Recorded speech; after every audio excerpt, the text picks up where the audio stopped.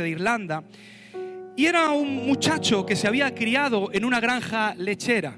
Era un muchacho que desde pequeñito había aprendido el oficio con sus padres, el oficio y la dureza que es trabajar en una granja. Lo que había vivido desde su infancia era simplemente levantarse muy temprano, trabajar ayudando a su familia con las vacas, ordeñar vacas, limpiar vacas, darle de comer el pasto y así sucesivamente. Pero cuando ya tenía una edad un poquito más adulta, empezó a escuchar el rumor de los años 50 y de los años 60, que había la gran ciudad. Era la época en la que empezó, después de la revolución industrial, que fue a primeros del siglo pasado, la gente empezó a marcharse de los campos y empezó a intentar buscar mejor vida en la ciudad. Así que donde vivía este muchacho llamado Michael Minnie, llegó también esa información, el sueño de la ciudad.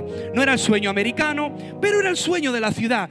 Una información de que en la ciudad se podían lograr grandes cosas. Así que este muchacho decidió irse a la gran ciudad de Londres. Y si me ponéis la foto, aquí está él con su esposa en la ciudad de Londres en el año 1968. ¿Cuál fue la sorpresa de este hombre llamado Michael Minnie? Que poco tiempo después de haber escuchado que la ciudad era un lugar de riqueza, un lugar donde podía adquirir mucho dinero y le iba a ir muy bien la vida, al poco tiempo se dio cuenta que estaba sumido en la más profunda pobreza, que aquellas cosas que le habían prometido y le habían dicho que iba a vivir, no lo estaba viviendo. Y sin darse cuenta, él junto con su esposa habían llegado al estado de la pobreza y de la mendicidad. Así que era una época en los años 50 y 60 en la que había muchas personas en su condición. Pero como sería algo parecido a lo de hoy, que dice que a ver si te toca la lotería, había un rumor en aquella época de que había personas que habían pasado de la pobreza a la riqueza haciendo algún tipo de acto valeroso y valiente, valga la redundancia. Así que este hombre decidió empezar a pensar que si él podía hacer algo para intentar salir de la pobreza y solucionar el problema de su familia.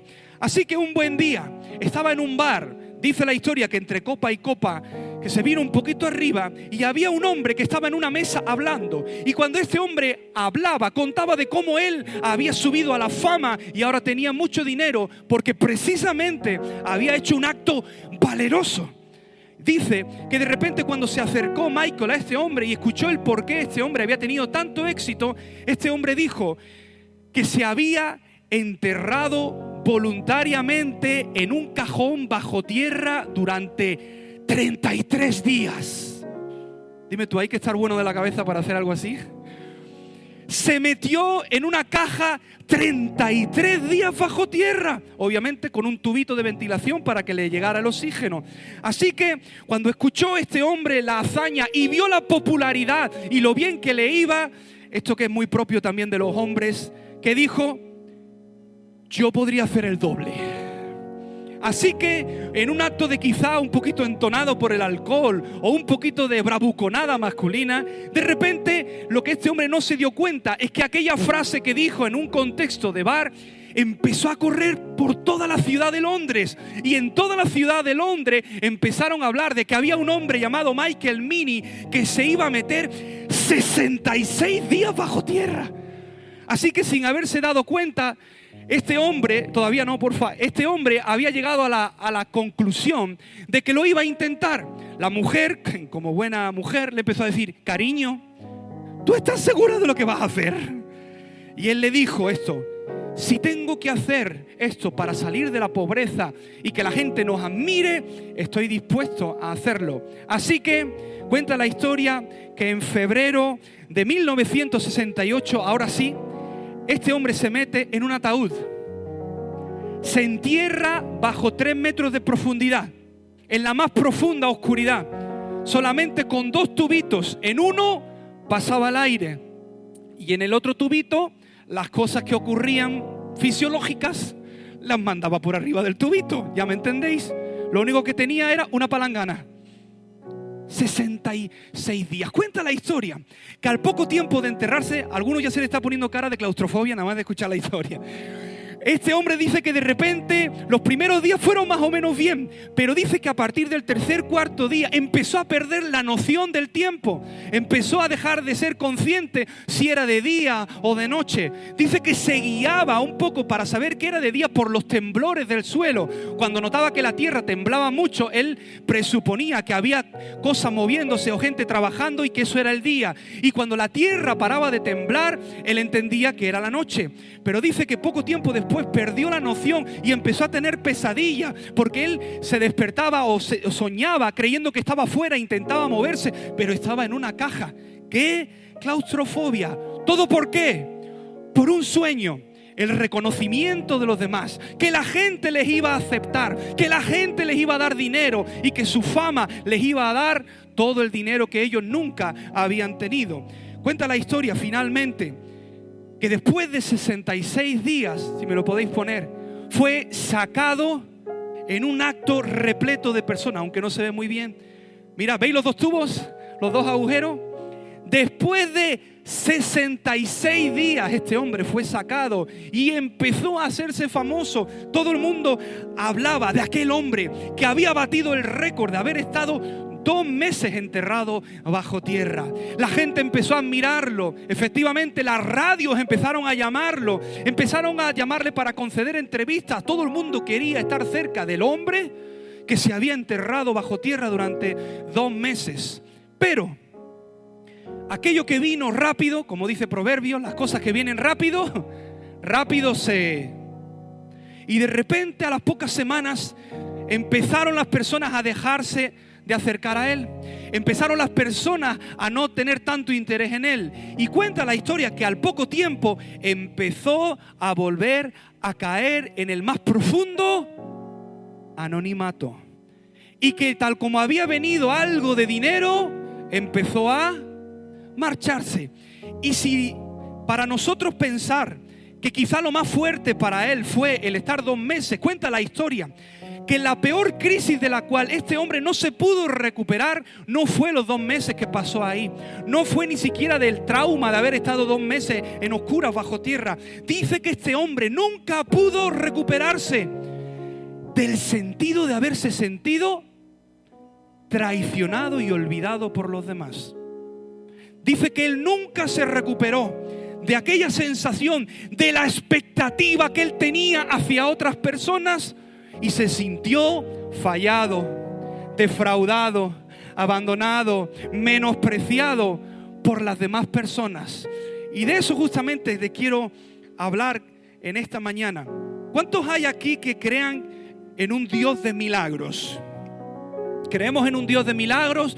Dios nos ha permitido durante este año ver sanidades, testimonios de sanidades físicas con documentos médicos. Estamos muy agradecidos a Dios y nosotros creemos en un Dios que sana, creemos en un Dios que liberta. Y aquellas personas que están todavía luchando con enfermedad, te aconsejo, sigue creyéndole a Dios por un milagro. No tires la toalla, espera que tu milagro llegue. Porque aquellos que luchan y que le creen al Señor, la mayoría o muchos de ellos arrebatan, como la mujer de flujo de sangre, arrebató el milagro, aun cuando Jesús iba por otro camino.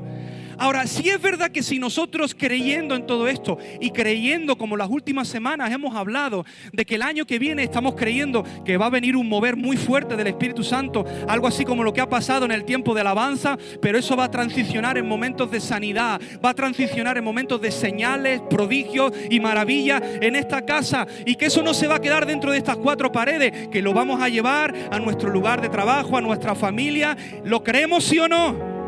Ahora fíjate, para poder creer eso, también tenemos que escuchar lo que en esta mañana necesitamos escuchar. Y es que, aunque creemos en un Dios de milagros, en un Dios de prodigios y en un Dios de señales, también creemos en un Dios que tiene su propia voluntad.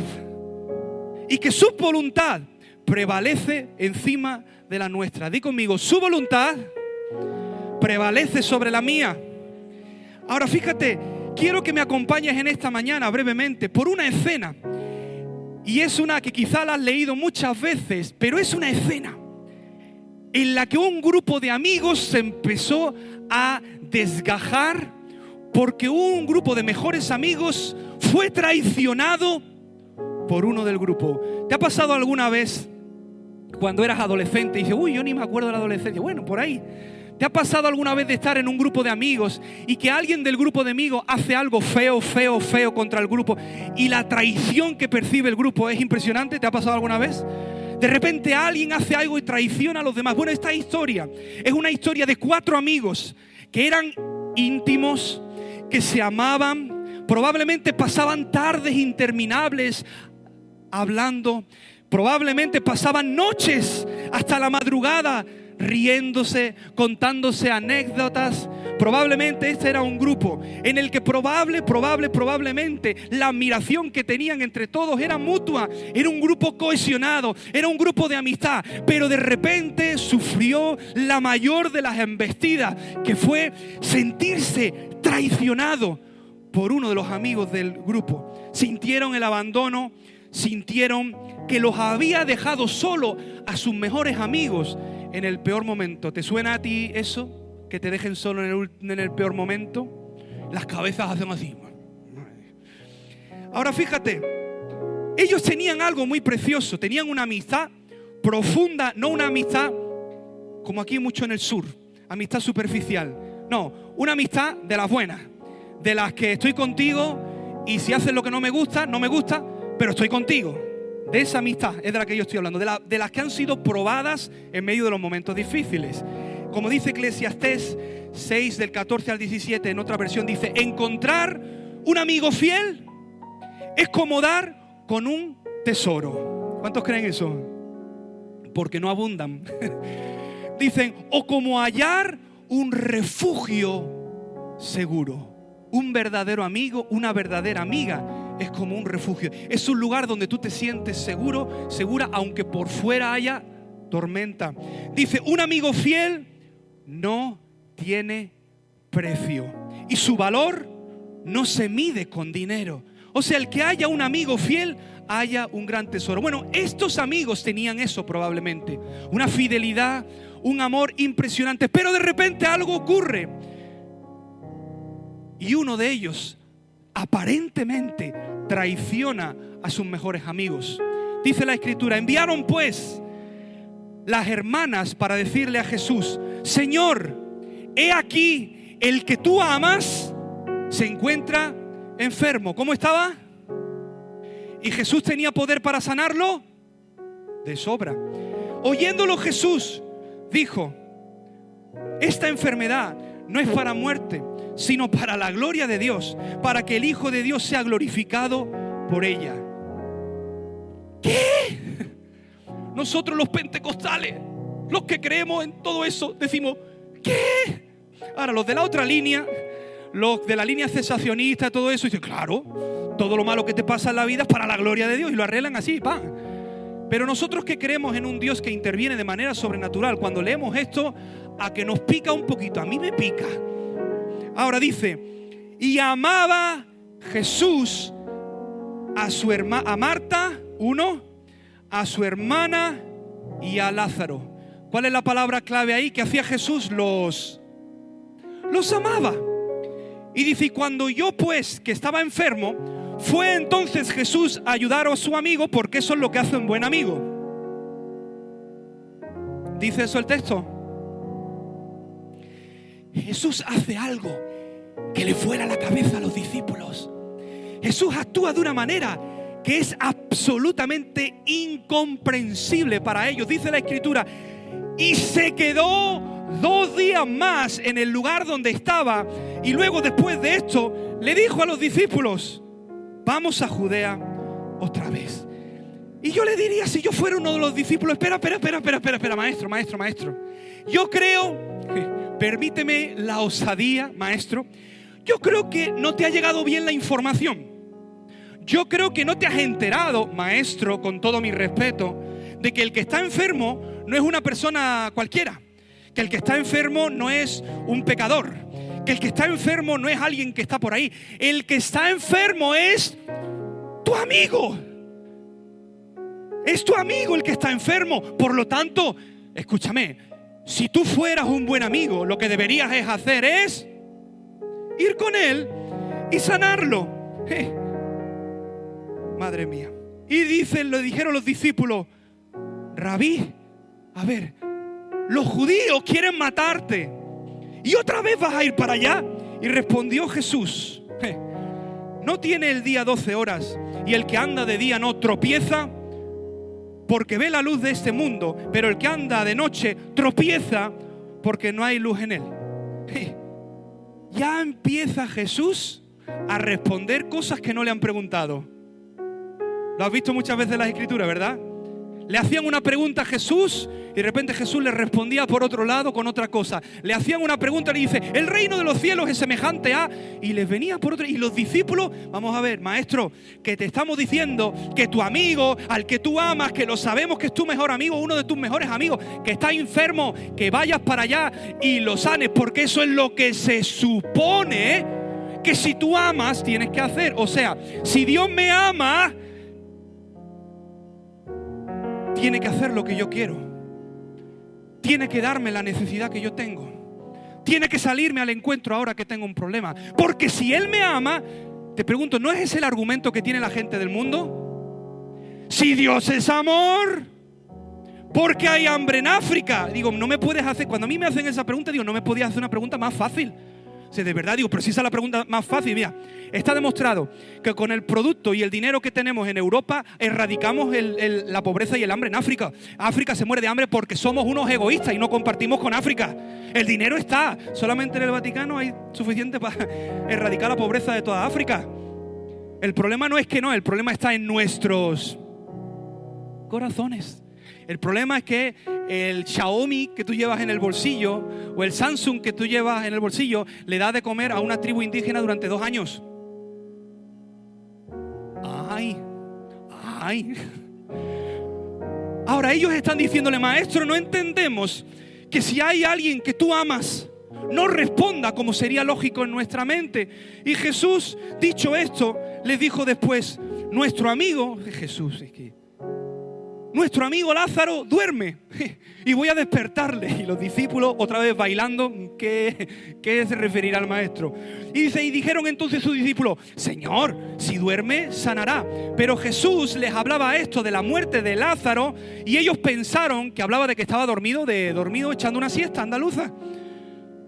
Y Jesús hablándole: que sé que está muerto, que sé el drama, que no soy ajeno a su dolor, que no soy ajeno a lo mal que lo está pasando Marta y María, que vosotros pensáis que el hecho de que yo no actúe como vosotros creéis que yo debo actuar significa que yo no sé lo que está pasando. Sí sé lo que está pasando, y como vamos a ver luego, le dolía en el corazón.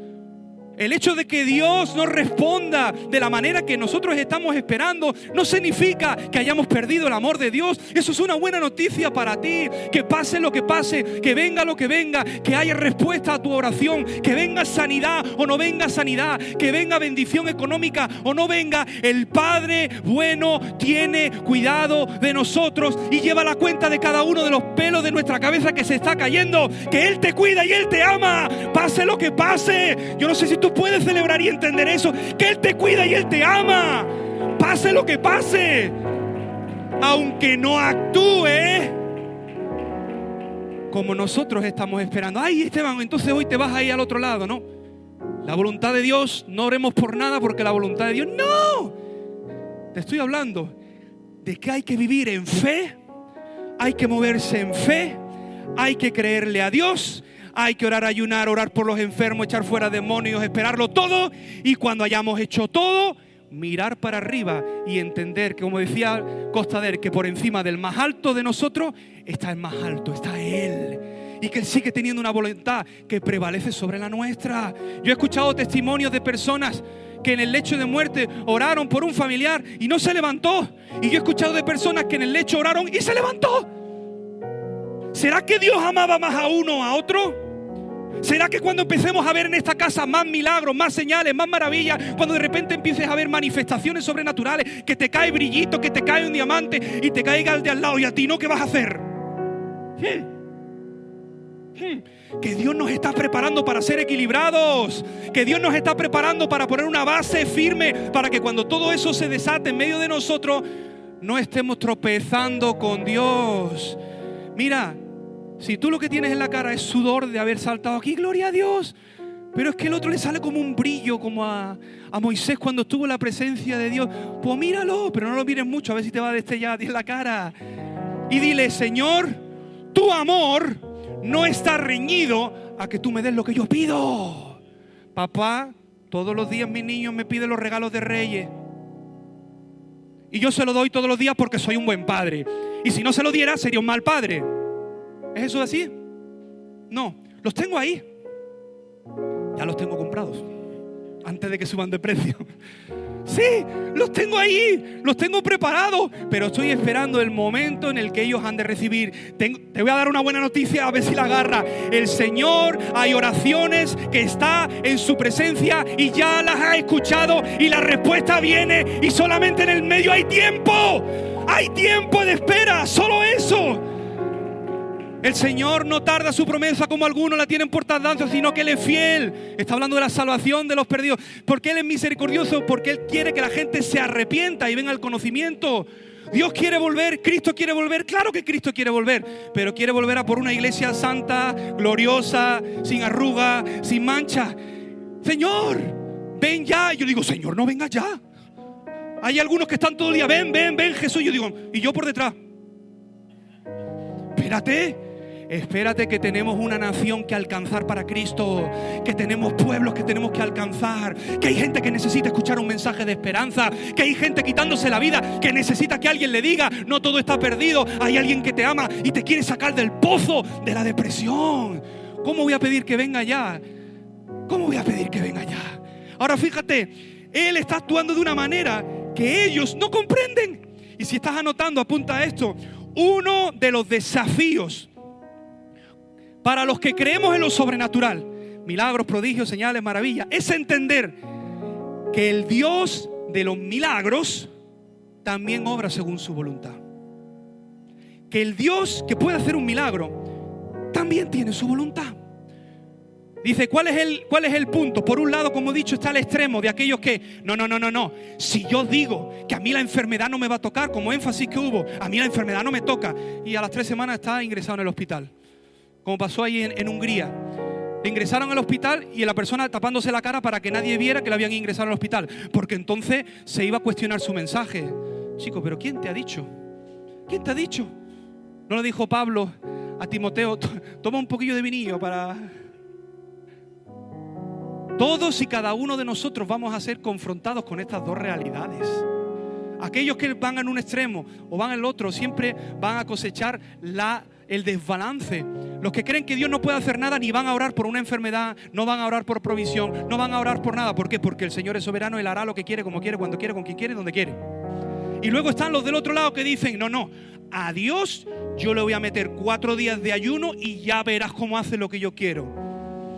¿Y sabes lo que consiguieron, no? Pasar una harta de hambre durante 4 días.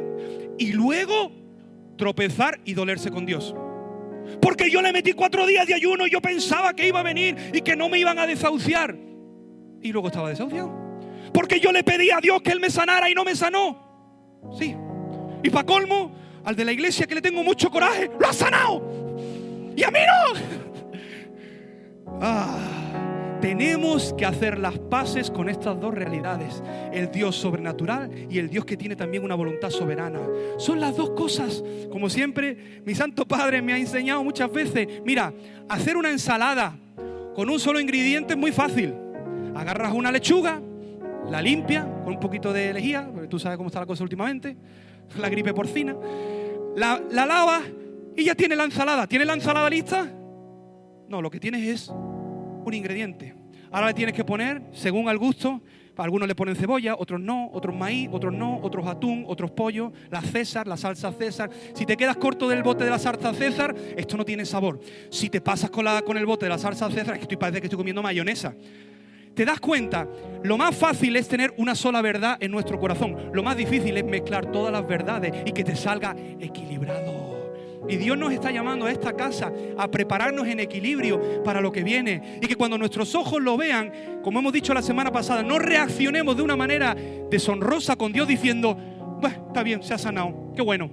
No, qué bueno no, aquí armamos un fiestón por el que se ha sanado. Claro que sí, lo vamos a hacer.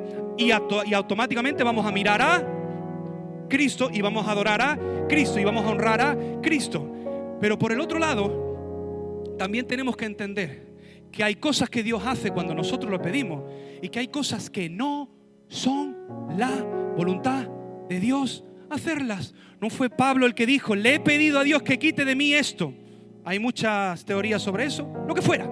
Algunos dicen que no veía bien, otros dicen que era un fallo físico, otros dicen que era un tema demoníaco, espiritual que le atormentaba, lo que sea. Pablo llegó a decirle: le he pedido muchas veces al Señor que quite esto de mí. Y por eso he entendido que el Señor no me ama, porque no me ha dado lo que yo quería. ¿Dice eso Pablo? No, dice: y Él me ha respondido, dilo fuerte: bástate mi gracia, porque mi poder se perfecciona en tu debilidad. Tengo una buena noticia: aunque Dios no haga el milagro, tú estás viviendo el poder de Dios si te permaneces confiando en el Señor. Aunque no Él responda de la manera milagrosa que tú quieres, su poder está presente. No digas: su poder no está presente en mi vida porque no me he sanado. Di: su poder está presente en mi vida porque me está dando gracia para permanecer aún sin ver el milagro. El Señor te ama. El Señor te ama cuando responde a tu manera y cuando no. Te ama. Dijo entonces Tomás, llamado Dídimo, a sus condiscípulos: vamos también nosotros para que muramos con Él. Dicen muchos comentaristas que esto fue pensaban que se lo iban a cargar los judíos en el camino. Y Tomás el Dídimo dice: vamos con Él, y si nos matan, que nos maten a todos, que nos maten a todos, vámonos con el Maestro. Y se fueron. Dice: vino pues Jesús y halló que hacía ya 4 días que Lázaro estaba en el sepulcro. Betania estaba cerca de Jerusalén, como a 15 estadios, y muchos de los judíos habían venido a Marta y a María para consolarlas por su hermano. Entonces Marta, cuando oyó que Jesús venía, salió a encontrarle, pero María se quedó en casa. Y atentos, por favor. Quiero que me acompañes ahora por 3 momentos que se van a dar en esta historia. Son súper importantes. 3 momentos. Momento número 1. Y Marta le dijo a Jesús: si hubieras estado. Si hubieras estado. En otras palabras, pero no estuviste. Me has fallado. Le has fallado a mi hermana y le has fallado a mi hermano muerto. ¿Sí o no? Si hubieras estado, no hubiera pasado esta. O sea, tú podías evitarlo. Tú tenías poder para sanarlo y no lo has hecho. Ya te vale, ¿eh? Ya te vale. Pero en este caso solamente se quedó con esa frase. Sigue: mas también sé que ahora todo lo que pidas a Dios, Dios te lo dará. Y Jesús le dijo: tu hermano resucitará. Y Marta le dijo: sí, ya sé que resucitará en la resurrección del día posterior. Jesús le dijo: que yo soy la resurrección, que yo soy la vida. Que te has olvidado de quién es tu amigo, que te has olvidado de quién camina contigo, hermano, hermana, que nos olvidamos del Dios poderoso que camina con nosotros, que cuando la batalla se pone difícil, cuando la circunstancia se pone duro, rápidamente dejamos de mirar al Cristo de la gloria y miramos al Cristo que nos falló, al Cristo que nos traicionó, y tropezamos con el Maestro, aunque el Maestro no está haciendo nada malo en nuestra vida. Ella le dice: tu hermano, le dice Jesús a ella, tu hermano resucitará. Y ella dice: ya lo sé, en el día postrero. Jesús le dice: yo soy la resurrección y la vida. El que cree en mí, aunque esté muerto, vivirá. Y todo el que vive y cree en mí no morirá eternamente. ¿Cuál es la pregunta que Jesús le hace a ella? Aquí está la clave. ¿Crees? ¿Crees o no crees? ¿Creer o no creer? Esa es la cuestión. Dice: ¿crees esto? Y ella le dijo: sí, Señor. Yo he creído que tú eres el Cristo, el Hijo de Dios, que has venido a este mundo. Y habiendo dicho esto, se fue y llamó a María, su hermana, diciéndole en secreto: el Maestro está aquí y te manda a llamar. Jesús todavía no había entrado en la aldea, sino que estaba en un lugar donde Marta le había encontrado. Entonces los judíos que estaban en casa con ella y la consolaban, porque ella que estaba llorando, velando al muerto. Dice: la consolaban. Cuando vieron que María se había levantado deprisa y había salido, la siguieron, Claro, estás en un velorio. Estás en ese momento triste y difícil que muchos de nosotros nos hemos tenido que enfrentar a él en diferentes momentos de nuestra vida. Y de repente la persona que está pasando ese momento se pone de pie y sale corriendo por la puerta y va al campo. ¿Qué hacemos la mayoría de nosotros? ¿Qué pensamos que va a hacer? Que alguien la agarre, que va a hacer una locura. ¿Sí o no? Porque la persona está en un momento de dolor, está en un momento de desasosiego y la persona es capaz de hacer cualquier cosa. Dice que ella sale corriendo y la gente que la estaba acompañando salió corriendo detrás de ella. Quizá alguno le decía, no lo hagas, no lo hagas.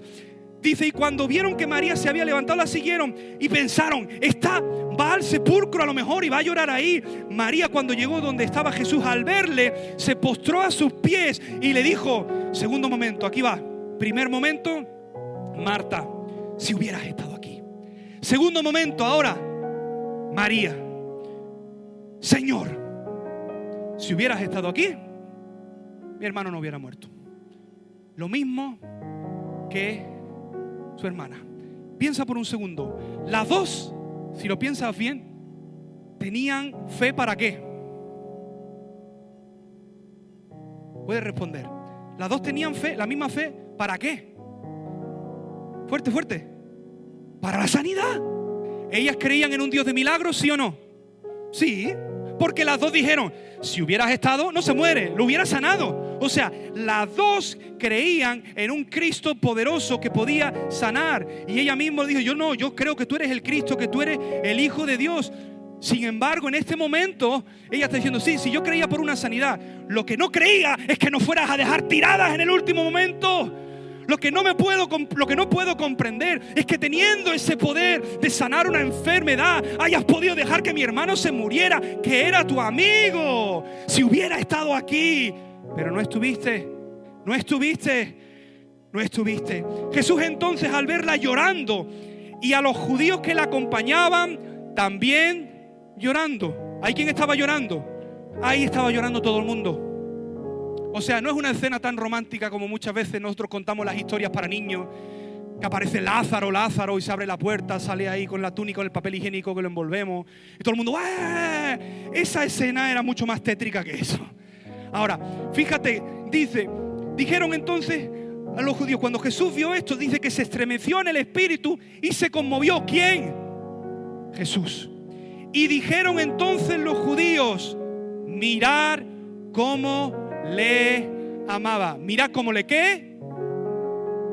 ¿Qué decíamos al principio? Que Jesús los amaba. Te pregunto, no los ha sanado, pero los sigue. Significa que Dios no responda como yo quiero, no significa que Él no me ame. Dios te ama. Dios te ama, aun cuando no te da aquello por lo cual tú estás pidiendo, aun cuando no viene la respuesta por aquello que tú estás orando. Él te ama, Yo creo que hay personas en esta mañana que tienen que hacer las paces con esa verdad. Él te ama. Y algunos de ellos dijeron, tercer momento. Primer momento, Marta, si hubieras estado aquí, esto no hubiera pasado. Segundo momento, María, si hubieras estado aquí, esto no hubiera pasado. Tercer momento, y algunos de ellos dijeron, ¿no podía que abrió los ojos al ciego también haber hecho que Lázaro no muriera? ¿Podría o no podría? Responde. ¿Seguro que podía? ¿Sí o no? ¿Cuántos piensan que sí? Levanten la mano. ¿Cuántos piensan que no? Levanten la mano. Dice, cuando los pastores se ponen así con las preguntas, estas trampas, da miedo levantar las manos, ¿verdad que sí? O todos vosotros estáis equivocados, ¿no? Fíjate, ahora vamos a responder esa pregunta. La vamos a dejar como misterio en el aire y ahora la respondemos. Apunta esto si estás tomando nota. A menudo Dios obrará de formas en las que estaremos tentados a tropezar con Él.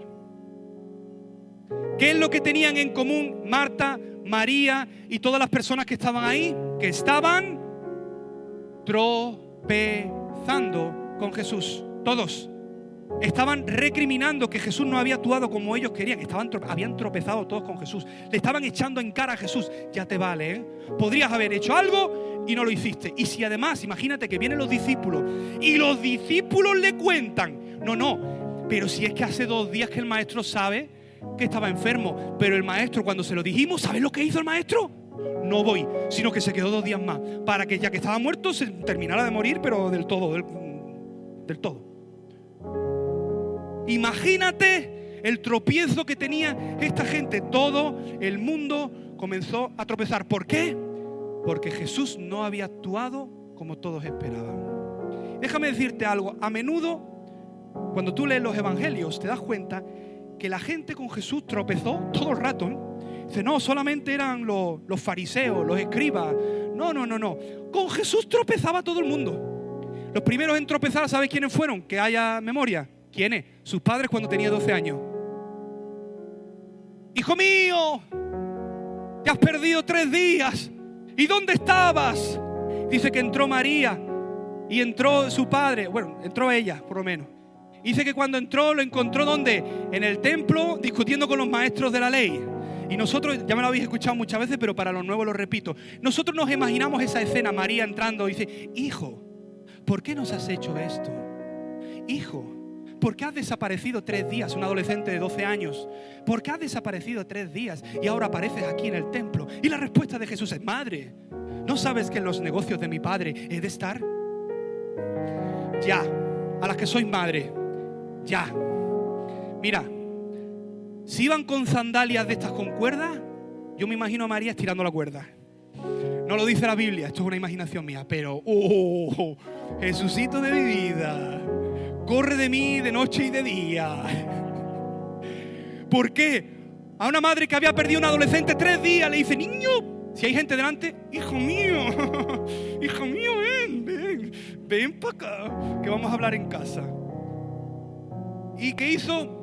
Jesús dice que en ese momento volvió con su padre y estuvo sujeto a sus padres. Él estaba haciendo la voluntad de sus padres y en aquel momento se tuvo que sujetar a la voluntad. Sus padres no entendieron lo que Jesús estaba haciendo con 12 años. Ya empezó ahí a Jesús a hacer a la gente tropezar.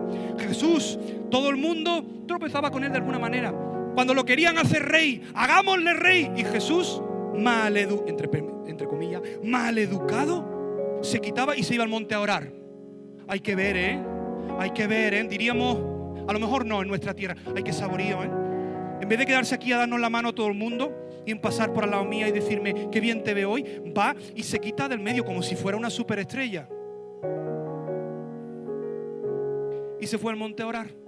Y en otra ocasión, en el último y gran día de la fiesta, lo querían matar. ¿Y qué hizo Jesús? Se puso a hablar y la gente que estaba presente decía, oye, ¿no es este el que quieren matar? ¿Qué hace aquí hablando abiertamente? Sí, Jesús hacía que la gente tropezara de un lado o de otro lado. Cuando sanaba de una manera, escupía al suelo. Hacía barro y ¡puf! A la cara. Aleluya, sí. Pastores, vengo a que oréis por mí.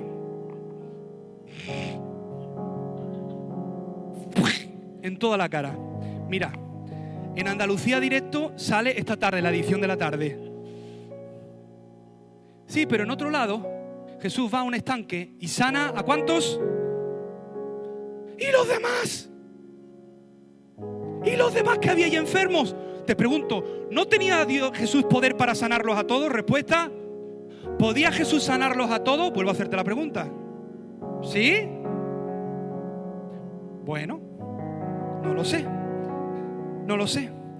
Te voy a dar la respuesta. Juan 6:38. Porque he descendido del cielo no para hacer mi voluntad, sino para hacer la voluntad del que me envió. O sea, Jesús no hacía lo que quería, ni lo que la gente quería que Jesús hiciera. Jesús decía, lo que veo hacer al Padre, eso hago. Y si el Padre está sanando a uno, yo sano a uno. Yo sé que estas cosas no pasan aquí, pero te lo cuento lo que me pasa cuando voy a otros lugares, ¿vale? De España y de otros países. Que la gente, si no se sana, y si le das una palabra profética a una persona y no se lo das a esa persona, ¿y por qué a mí no? Hombre, si está aquí, a mí, así debe ser. Yo vengo a que me des una palabra profética y digo, sí, te la voy a dar. Lee la Biblia. Lee tu Biblia. Léetela. léetela. Tenemos con nosotros la palabra profética más segura a la cual hacemos bien en prestar atención. Las Sagradas Escrituras. Ay, pero, y tú no puedes darle al botón ese de dar una profecía. Digo, tú estás loco, tú estás loca, con todo el cariño y el respeto del Señor. ¿Tú te crees que una persona que teme a Dios puede hacer lo que quiere o lo que otra persona le pide? Pero muchas veces nos olvidamos de este principio, de esta verdad, y pensamos que cuando Jesús no está haciendo lo que le pedimos es porque pasa algo con nosotros. No, querido amigo, querida amiga que nos visitas en esta mañana, no es porque Dios sea malo, no es porque Dios te ame, es porque Él tiene una voluntad que está por encima de la nuestra, y Él sabe que sus pensamientos son más altos que los nuestros, que sus propósitos son más altos que los nuestros, que su voluntad y lo que Él está edificando en mi vida es mucho más alto que lo nuestro. Yo te quiero decir algo, en el año que viene vamos a ver la gloria de Dios en este lugar, pero te digo una cosa, para ver la gloria de Dios hay algunos que tienen que renunciar a cosas que ahora mismo tienen para ver la gloria de Dios. Ay, Señor, yo quiero en este año, en el mes de enero, alcanzar a un perdido. Amén. Y de repente vas por la calle como el otro día y va un motorista y me hace ¡bah! Y se me estrella contra el coche. Un motorista. Y me bajo del pizza. Y de repente me bajo, lo miro y el hombre así. Y digo, ¿pero qué hace? ¿Qué te ha pasado? No sé. Yo sé quién te ha enviado, hijo. No sé. Miré el coche, milagrosamente había tocado un poquito el intermitente, pero le di así con la mano y salió. Y el hombre estaba con una angustia y digo, venga, hombre, vete, anda, vete. Te pregunto, si tú le pides a Dios, dame una persona, y de repente te da uy, qué feo. Vamos a poner una cosa fea. El cólico del riñón. ¿Te ha dado alguna vez un cólico del riñón? No se lo deseo ni a mi peor enemigo. Horrible. Pero tú imagínate que te pega el cólico del riñón, acabas en el García Morato, ahí, ahora cómo se llama, bien de Rocío, y estás ahí y en la cama de al lado hay una persona que te dice, no tengo esperanza. Le empiezas a hablar y esa persona se entrega a Cristo. ¿Sigues queriendo los milagros, los prodigios, las maravillas? ¿Sigues queriendo que Dios te use de manera sobrenatural? Porque para Dios y solamente para Él, el fin sí justifica los medios. Señor, yo quiero llevar este año, ser una persona que bendice y tener mucho. Señor, yo quiero tener para la gloria de Dios, Pero yo quiero tener mucho de aquí. Señor, yo necesito mucho de aquí. Y ahora Dios te dice, muy bien, fantástico. Lo que tienes, véndelo y dáselo a los pobres. Señor, a ver, tú no estás calculando, Señor, la calculadora. Si tengo poquito y lo que tengo poquito lo doy, entonces yo me quedo sin nada. Dice, en tu mente no es la mentalidad del cielo. Si lo poquito que tengo lo comparto con una persona que no tiene nada, entonces los dos pasamos hambre. Y dice, sí, los dos pasáis hambre, pero el reino de los cielos se activa y tú empiezas a caminar en la voluntad del Padre y Él está haciendo milagros, prodigios y maravillas y te está preparando a ti para ser una persona que se mueve en lo sobrenatural cuando hace lo que quieres, y cuando no lo hace, el Señor es bueno, aunque yo no entienda lo que está haciendo. Familia, Dios nos está llamando a la madurez y al equilibrio. Dios nos está llamando a ser una comunidad que le cree tanto a Dios por lo sobrenatural, que le cree tanto que se lanza a orar por lo sobrenatural, y cuando ocurre le dan gloria a Dios, y cuando no ocurre le dan gloria a Dios. Sí. Ahora, sí hemos hecho nuestra parte. ¿Cuántos recordáis a un hombre que caminó durante un tiempo de su vida y dijo, he aquí el Cordero de Dios que quita el pecado del mundo? ¿Quién lo dijo? Juan el Bautista. Y no es ese hombre que dijo, detrás de mí viene uno que es mayor que yo, al cual yo no soy digno de desatar la correa de sus sandalias. Él os bautizará con el Espíritu Santo y fuego. ¿Quién dijo eso? Juan el Bautista. ¿Y quién dijo, es necesario que Él crezca y que yo mengüe? ¿Verdad que sí? Sí. Pero ese mismo es el que un tiempo después dijo, mandar a preguntar si ese es el que tenía que venir o es un falso. Esteban, ¿dónde has sacado eso? Es una versión de lo que dice el texto. Preguntarle si es él el que había de venir o tenemos que esperar a otro. Por lo tanto, entonces que tú no eres. O sea, preguntarle si él es el Mesías o es un farsante. Y te pregunto, ¿cómo puede ser que un hombre que vio caer la presencia de Dios en forma de paloma, como fuera que ocurriera aquello, sobre Jesús, que tuvo la revelación de decir: he aquí el Cordero de Dios que quita el pecado del mundo. Fue el primero en hacerlo. De repente, tiempo después, está diciendo: ¿es él o es un falso? ¿O es un farsante? ¿Qué le había pasado en medio? Que lo habían encarcelado y que lo que estaba viviendo no era lo que él se había imaginado que Jesús iba a hacer con él. Y probablemente estaba, di conmigo, tropezando. A menudo vamos a ser desafiados con no tropezar. ¿Sabes cuál fue la respuesta que Jesús le dio? Ya lo sabéis. Mandarle a decir esto a Juan: los ciegos ven, los sordos oyen, y a los pobres ha anunciado el mensaje. ¿Sabes lo que le está diciendo? Decirle a Juan que todo está bien. Ahora, Juan diría: ¿cómo que todo está bien? Claro, todo está bien en la voluntad de Dios. Ahora, no todo está bien quizá en los planes que Juan se había hecho. Te hago un planteamiento. Quizá Juan dijo: vale, muy bien, él llega, yo le doy paso, él crece, yo menguo, yo me quedo con unos poquitos de discípulos, él se queda con la mayoría. Le venían y le decían: oye, que se van los discípulos de ti, que se van con Jesús. Y decía: pero ya te he dicho que es necesario que él crezca y que yo mengue. Ok, fantástico, pero por lo menos con alguno me quedaré.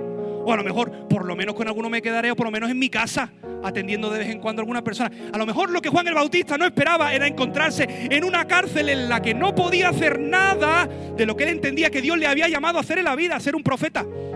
Y ahora era el profeta encarcelado. No le había salido la suma como él había pensado, probablemente.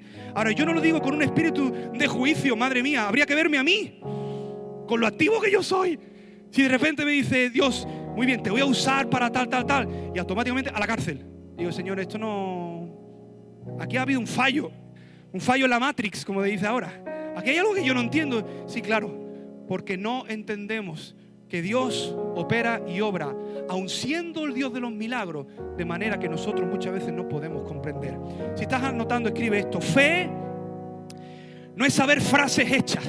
El Señor es bueno y su misericordia es para siempre. Claro que sí. No es tener un título de teología. No, es que yo he hecho 3 cursos, 4 doctorados y 2 másteres en teología. Fe es fiarse de Él en el proceso y no tropezar con el Maestro cuando no hace lo que nosotros queremos. Ahora te hago una pregunta: ¿cuál fue la respuesta primera que Jesús le dio cuando le dijo a sus discípulos que no iba a ir donde estaba Lázaro? Bienaventurado. Empezó a hablar de muchas cosas, le dijo a Juan el Bautista bienaventurado, pero cuando le habló a sus discípulos, le empezó a hablar del día y de la noche. ¿Os acordáis? Que empezó a decir cosas como raras. ¿Y saben lo que Jesús le dijo? 2 veces una palabra. La palabra tropezar. Tropiezos. ¿Y cuál fue la respuesta que Jesús le dio a Juan el Bautista? Bienaventurado el que no haya tropiezo. El mismo Jesús que sanaba era el mismo Jesús que esperaba que cuando Él no operaba de la manera que ellos quisieran, se siguieran fiando de Él. Ahora, volviendo atrás, un amigo no es solamente aquella persona que tú le dices: haz esto y lo hace. Un amigo es una persona que también tiene una voluntad y que aunque haya veces que no hagan lo que yo quiero, sigue siendo mi amigo. Ay, no. Yo ese tipo de amistades no las comprendo así. Si es mi amigo, bueno, como decimos muchas veces en las relaciones, creo que nadie aquí lo ha dicho: si eres mi pareja, tú tienes que estar de acuerdo conmigo y tienes que dar la cara por mí. ¿A que nunca lo habéis dicho? Depende. Esa persona tiene una voluntad, y si su voluntad es distinta a la de la otra persona, puede perfectamente decir: mira, te quiero, te amo, pero no estoy de acuerdo con esto. Ay, matrimonios, el mayor milagro que tú puedes vivir no es que Jesús te sane, no es que Jesús te liberte. Uy, qué maravillosa es la liberación, decíamos el domingo pasado. No es que Jesús arregle tu matrimonio, no es que Jesús opere de manera sobrenatural contigo. ¿Sabes lo más milagroso que tú puedes vivir en esta vida? Que cuando ocurra algo que tú no entiendes, de aquí salga ese mismo sentir que hubo en Cristo Jesús, que renunció a su propia voluntad, que se humilló y abrazó la voluntad del Padre. ¿Por qué? Porque cuando reaccionamos aquí, es que el Cristo de la gloria se está formando en nuestro corazón. Es que somos más como Cristo y no hay ningún milagro en la tierra que podamos experimentar que se compare al parecernos a Cristo. Que seres humanos como tú y como yo, con tantos errores, con tantos fallos, de repente en momentos de máximo dolor, de máxima incomprensión, de repente salga aquí y nos empezamos a parecer a Cristo. Eso sí es una gloria mayor, como se nos enseñó. Eso sí que es una gloria mayor, que Cristo se ha formado en nuestros corazones. ¿Cuántos están de acuerdo con esto? La mayor manifestación, con esto termino, de la gloria de Dios es cuando esa misma gloria de Cristo brota cuando Cristo hace algo que nosotros no entendemos. Y nuestra fidelidad, como decía en Eclesiastés, un amigo fiel, cuando entiende y cuando no entiende. ¿Y sabes qué? Para que tú y yo podamos administrar bien o vivir más bien en todo lo sobrenatural, tenemos que haber abrazado estas dos verdades. La verdad de que Él te ama, que Él sana, que Él liberta, que Él hace prodigios, señales y maravillas, y que un domingo aquí puede salir aceite del suelo, ya lo he visto en otros lugares, y caer diamante, que sea. Sí, eso lo hace cuando Él quiere, y lo hace, y sobre todo cuando sabe que hay una gente que no lo va a despreciar. Sobre todo. Pero bueno, cuando lo hace, ¡ay! Ya ha empezado, y el domingo siguiente no pasa. ¡Ah! ¿Y ahora? Ah, eso es que aquí no hay presencia. Ya. No, lo que seríamos muy maduros. Porque no es por fe. ¿Por qué no te pones de pie? No es por vista, es por fe. Y quiero terminar con un vídeo de un muchacho, creo que de Puerto Rico, de Costa Rica, que lo he estado investigando un poquito. Nació ciego de nacimiento, en una familia extremadamente pobre, ciego y pobre. Y además cree en la sanidad divina. ¡Ja! Cree en el Dios de los milagros y está ciego. Y ha vivido toda su vida ciego, creyendo a un Dios que hace milagros. Y entonces, ¿qué me quieres contar, Esteban? Entonces está muy desanimado, ¿no? Entonces ha tropezado con Dios y ha dicho: Dios, yo no entiendo. ¿Será que esto que te estoy pidiendo nunca va a llegar? ¿Será que Él está en ese punto? Mira en una canción el punto en el que este muchacho está. Si me lo podéis poner.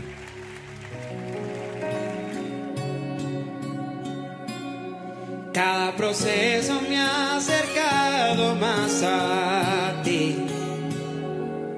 Mi fe se aumenta cuanto más sea probada. Había oído hablar de ti, pero ahora te puedo ver. Aunque has estado callado, sé que siempre estás conmigo. Y sé que siempre estás conmigo.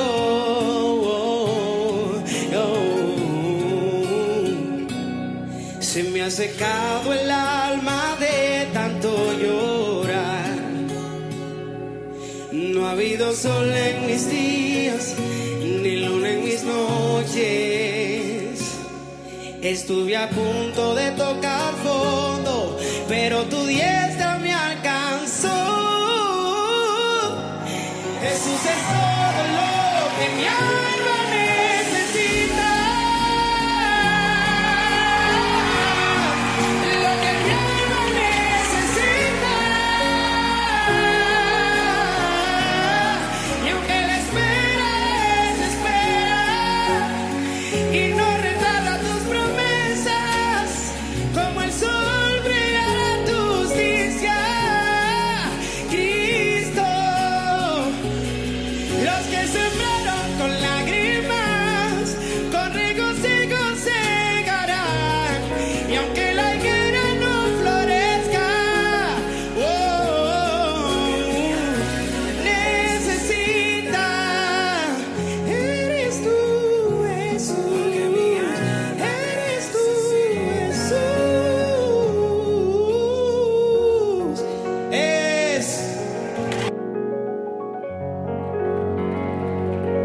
Jesús es lo que tú y yo necesitamos.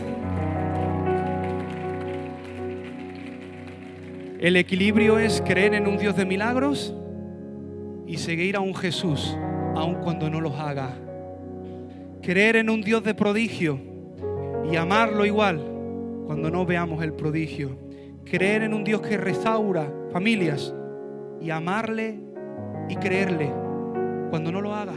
Creer en un Dios que prospera, pero amarle y respetarle aún cuando yo no sea prosperado. Ay, Esteban, ¿tú me estás diciendo que eso es posible?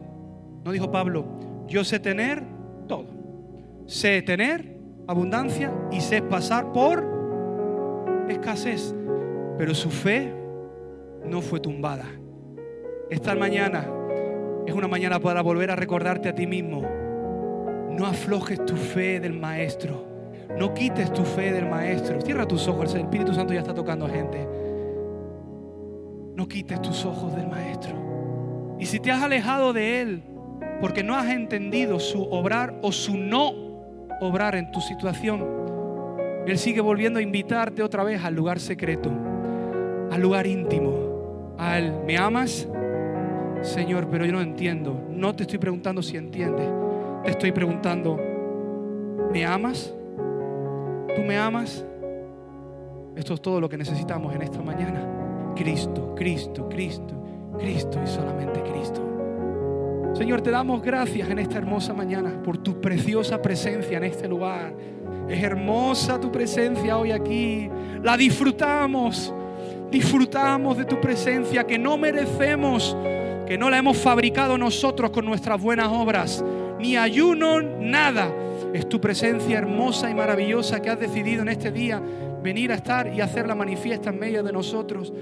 Señor, te damos gracias que tú estás preparando esta casa para un mover poderoso de tu Espíritu, para un mover sobrenatural con señales, prodigios y maravillas, para hacer la misión y alcanzar a muchos que se pierden. Pero te damos gracias, Señor, que tú estás edificando en nosotros fundamentos que nos permitan caminar por esa estación, Señor, y que no tropecemos contigo cuando obres o no obres como nosotros pensamos. Señor, decimos, tu voluntad es buena, es agradable y es perfecta. Tú tienes que hacer esta oración. Dile, Señor Jesús, tu voluntad es buena, es agradable y es perfecta. La entienda o no la entienda. Y Señor, te pido, Dios, Señor, que lo que tú has hecho en esta mañana con cada uno de nosotros, Señor, siga, Señor, el río, y los ríos de sanidad también nos acompañen a nuestra casa, Señor. Señor, y si hay personas que en este lugar, al llegar a casa, tienen que entrar en una habitación, cerrar la puerta y arreglar contigo, Señor, que no sea robada la semilla que tú estás dando. Señor, si hay dolor, si ha habido tropiezo contigo porque hiciste o no hiciste, Señor, te pedimos, Señor, que seamos responsables, Señor, y hoy arreglemos cuentas con el Maestro. En el nombre de Jesús. Hermano, hermana, amigo, te digo una cosa. Tú no puedes seguir y amar a un Dios que crees que te ha hecho daño. Tú no puedes servir a Dios de una manera full con todo tu corazón si piensas que de alguna manera Él te ha traicionado. Tienes que arreglar cuentas con Él. Tienes que cerrar ese capítulo. Amén. Amén. Y Señor, te damos gracias creyendo que tú lo vas a hacer. En el poderoso nombre de Jesús. Amén. Amén y amén. ¿Cuántos dicen un fuerte gloria a Dios en esta mañana?